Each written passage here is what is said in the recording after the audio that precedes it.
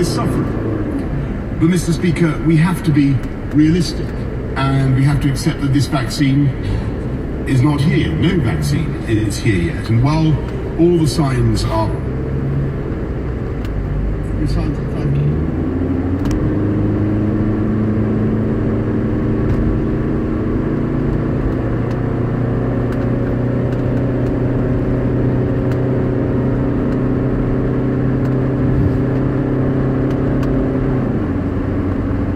especially during the cold months of winter.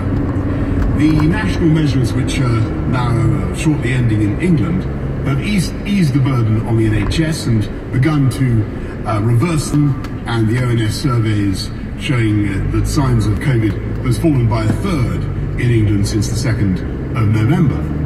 But while the virus has been contained, it has not been eradicated. Suggest that out of every 85 people in England, one has coronavirus, far more than in the summer. Between 24th November and yesterday, 3,222 people across the UK lost their lives. And despite the immense progress of the last 4 weeks, our NHS remains under pressure, with hospitals in 3 regions: the south, the north, east, and COVID patients now than at the peak of the...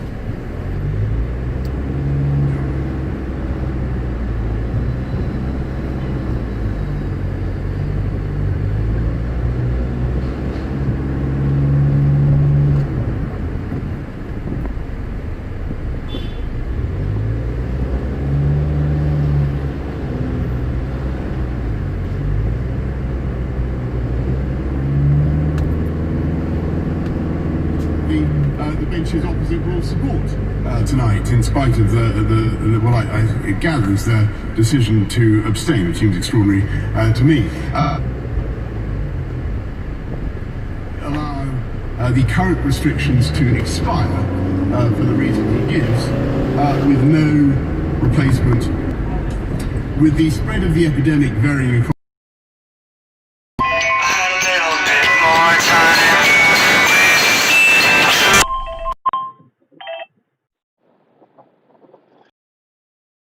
Good afternoon.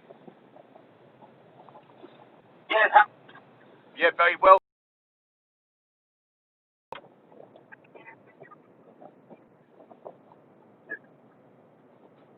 Okay, it's number 29. Knock on the door, yeah? I hope the House is clear what I'm not asking for today. This is not another lockdown, nor is this the renewal of existing measures in England. The tiers that I'm proposing would mean that from tomorrow, everyone in England, including those in Tier 3, will be free to leave their homes for any reason, and when they do, they'll find the shops open for Christmas, the hairdressers open, the nail bars open, gyms, leisure centres, swimming pools open, and I give way to my honourable friend. Thank the Prime Minister for giving way. I am James O'Brien. I'm going to slide out now. I'll be back with you tomorrow at 10. And Sheila Fogarty will take up the microphone when this business in the House of Commons is complete. We have a great day. More local tiering system so that the hard work of my constituents is rewarded. Well, yes, indeed, Mr. Speaker, and I know that this is a point that many of my honourable friends have made to me and to the government with great force and eloquence over the last few days. We do want to be as granular as possible as we go forward to reflect the reality of the epidemic and the human geography of the epidemic, and we shall. But what I can say from tomorrow, Mr. Speaker, is that across the country, across the whole country, as I say, not just gyms and leisure centres and swimming pools, but churches, synagogues, mosques and temples will be open for communal worship. Organised outdoor sport will resume, and in every tier you'll be able to meet others in parks and in public gardens, subject to the rule of 6. And every one of those things has been, by necessity, restricted until today. Every one of them to be allowed again tomorrow. And of course I accept that this is not a return to normality. I wish it was so. But it is a bit closer to normality than the present restrictions. And what we can't do is to lift all the restrictions at once or move too quickly in such a way that the virus will begin to spread rapidly again. And that would be the surest way of endangering our NHS and forcing us into a New Year lockdown with all the costs that that would impose. And I give way to the honourable gentleman. I thank the Prime Minister, and after the inconsistencies and controversies of the previous tiering system, what was required this time round was more fairness, clarity. And this debate will continue for some hours. We will dip in and out of it throughout the afternoon and get a sense of the main statements coming from it. Leo Osherwood, LBC's political editor, will stay with me for a little while longer to get a sense of not just what the Prime Minister is setting out, but what Labour's response to it, what Sir Keir Starmer's response to it will be as well, and we'll talk about it throughout the afternoon to some degree anyway. I also want to talk later on about how COVID has more adversely affected people from black and minority ethnic backgrounds and people with disabilities. This is something that's emerged during the pandemic, so we'll reflect on that as well, and also talk about Keir Starmer getting Labour to abstain, or Labour's policy on this is to abstain in this vote. Is that the right thing to do? On your radio, on Global Player, and Play LBC. leading Britain's conversation. This is LBC.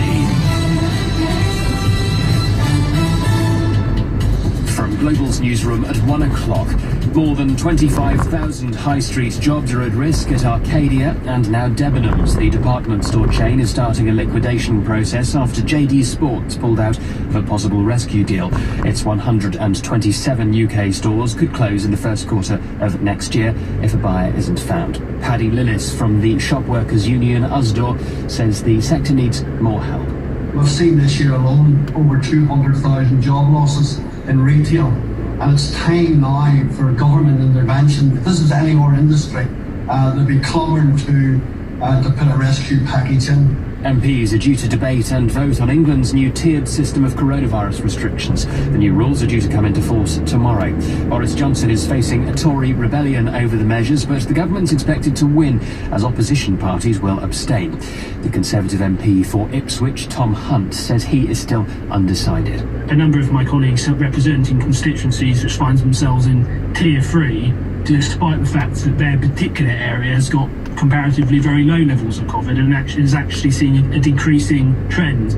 Crossrail has been given more government funding with a new loan of more than £800 million. The rail project through London's already been delayed several times and is considerably over budget. Lastminute.com has promised to refund 9,000 customers who had failed to compensate for cancelled holidays.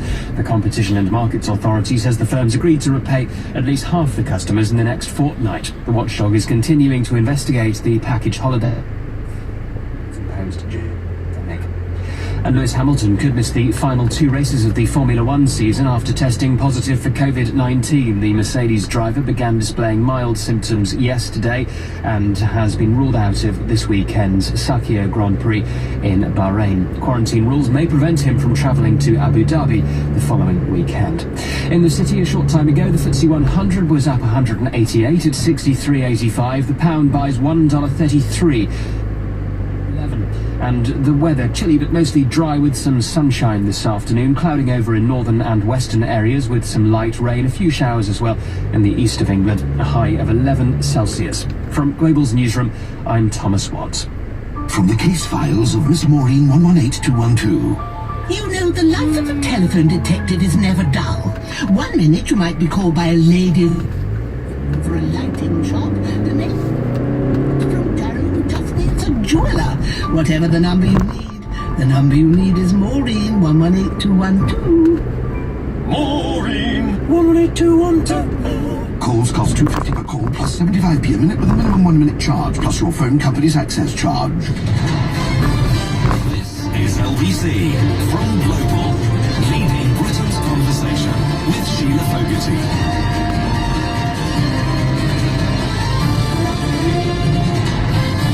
Hello, Hello, good afternoon to you. If you're just joining us here at LBC, Boris Johnson, the Prime Minister, is on his feet in the Commons, not quite fighting for his political life, but certainly fighting for a policy on COVID, the tier system that he wants introduced from tomorrow, that without a doubt he's probably personally quite uncomfortable with, but he's been convinced is the right way to go beyond this lockdown that we've been in for nigh on a month now. Theo Washwood, LBC's political editor, is here. Sir Edward Lee is putting a question, the Conservative MP putting a question to the Prime Minister now. We'll go back to the Commons in just a second, but just he's just been speaking, Theo, about pubs and the hospitality sector massively affected by the tier system. He has. The Prime Minister has just announced in the House of Commons during that statement that there's going to be a one-off £1,000 grant to wet pubs. Those are pubs which do not serve food, and of course this comes after the Prime Minister said in the House of Commons that the hospitality sector is bearing a great burden of course, of these restrictions. So just to give you that, it's £1,000 for wet pubs. That's not for every pub. It's only for those pubs which do not serve food. It's not a lot. I mean, I'm sure it'll be welcome by people, but it was interesting to note that he finished, when he made that announcement, he finished by saying, I can't stress how it isn't the same this time as last time because we have an exit strategy. He's talking about a vaccination plan, isn't he? And of course, yes, but of course Boris Johnson is also saying, and this was at the start of his statement, absolute pains to stress that restrictions will be easing once this lockdown comes to an end. So all shops are going to be open regardless of which tier you're in. All hairdressers, beauty salons, they're going to be open, and you're going to be able to go to those gyms, swimming pools. Exactly. So Boris Johnson is trying to pitch this as an improvement on the lockdown. Of course, many of his MPs who are unhappy about it are saying that it's actually a worse scenario than where we were prior to this lockdown. Let's go back to the Commons briefly. Greg Clark, Chair of the Science and Technology Committee, Conservative MP, is asking a question now. Let's listen. Mr. Speaker, I'm grateful to my right honourable friend, and he's quite right to raise the position of Tunbridge Wells, and the feelings of the people of Tunbridge Wells, I know, are shared by many people across the country who feel this sense of, as I say, being unjustly attracted into the wrong level of tiering. I repeat the assurance I've given to my honourable friend from Workington and Gainsborough Hospital. We will look in granular detail, Mr. Speaker, at local incidents, look at the human geography of the pandemic, and take account of exactly what is happening every 2 weeks, as I say. And it is in the power of honourable members, to repeat my point, to help their local area move down the tiers. I'm going to give way, I think for one last time, Mr. Speaker, to the right honourable gentleman. I'm very grateful for the Prime Minister giving way. We ensure that anyone who wants to take a test to confirm that they don't have the virus before they visit family members over Christmas can have a test on the NHS. Well, Mr. Speaker, we're rolling out lateral flow testing across the country, and it is open to people to get a lateral flow testing, but in general, the testing system is available at the moment for people who have symptoms. But I would urge people who are worried that they may need to be in company of those who are elderly or vulnerable to seek to get a rapid turnaround test. And I suggest to him that one thing he could do for his constituents, if he wants to help them move out of the tier that they are in, is to encourage them all to take part in mass community testing. In mass community testing of a kind that the government is rolling out, and it depends very much on the cooperation of local leaders and local authorities of the kind that we've seen in Liverpool, Mr. Speaker, where since the 6th of November, over 284,000 tests have been conducted, and together with the effect of national restrictions, the number of cases fell by more than 2/3. And this is the model that I would recommend. We're now proposing that from tomorrow, Liverpool City region and Warrington should be in tier 2, whereas previously, obviously, they were in tier 3. And we want other regions and other towns, cities, communities to follow this path. And that's why, with the help of our fantastic armed forces, we'll be offering community testing to Tier 3 areas as quickly as possible. Mr. Speaker, let me just say, argue away to my right honourable friend. I'm very grateful to the Prime Minister. What assessment has he done of compliance with previous lockdowns? And does he share Andrea Leadsom talking about the compliance there of lockdown. Let's leave the Commons for a moment. We will return to it, and we'll certainly return to it when Keir Starmer starts to speak as well. Interesting question there from Sir Ed Davey, the leader of the Lib Dems, asking, will people wanting to visit elderly relatives at Christmas be able to get tests on the NHS, a test on the NHS, before they do so? Now, it couched in what followed from Boris Johnson was not a yes. That he did not answer yes to that. It's still the case that you're meant to have, unless you're part of a mass testing program such as Liverpool, you're meant to have symptoms before you go and get a test. He suggests people avail themselves of a lateral flow quick result test, but he means pay for it, doesn't he, when he says that at the moment? Yes, until such time as there is. And of course, unless you're not going to be able to get. Unless you're in an area which is in tier 3, you're not going to be able to get those speeds. But it was interesting that he used that, because there's been some question mark, hasn't there, over how they'll deliver that tier 3 mass testing everywhere, not just in Liverpool. Who does it? Is it the NHS? Is it GPs? Is it the army? If so, how many soldiers are you going to need? And on it goes. He clearly wants people like Ed Davey to support it. Yes, but the Prime Minister also said that, in fact, he wanted tier 3 areas to have access to those very quick turnaround tests, those lateral flow tests, on a mass scale. So there's a limit to the ambition there about where that programme is going to be most effective. Clearly, given the Prime Minister's answer, he wants it to be widespread in tier 3, concentrate on those areas. His answer also was interesting to the MP for Tunbridge Wells, Greg Clark, caught at the beginning of Boris Johnson's answer. Tunbridge Wells, of course, has been placed into tier 3. It has a relatively low infection rate compared to other parts of Kent. Nevertheless, the government decided to take an approach of placing the entire county into tier 3. Conservative MPs want the number 10 and officials, as I said, to take a more nuanced approach with potentially splitting counties into different tiers depending on the level of infection in different parts of one particular county. Boris Johnson replying to Greg Clark that he said the government will look in granular detail at infection rates in local areas. The suggestion from the Prime Minister with that answer, Sheila, although of course he did not say it explicitly, is that the government would potentially introduce a more nuanced approach to the tiers, which is of course one of the demands of Conservative backbenchers. But Boris Johnson trying to navigate himself through what is going to be a tough afternoon in the Commons. There are currently 112 MPs listed to speak, and trying to assuage the concerns of backbenchers without giving anything away. So what he wants to do is to say to people, come on side, vote, it's going to be okay, vote for this secondary legislation, this is to his own backbenchers, but without making further concessions. And he's referring now, let's go back to the Commons, he's referring to Keir Starmer's decision to abstain on this decision. Let's listen.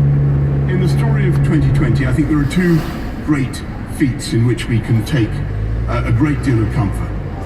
First, our country has come together in an extraordinary effort that has so far succeeded in protecting our NHS and in saving many lives.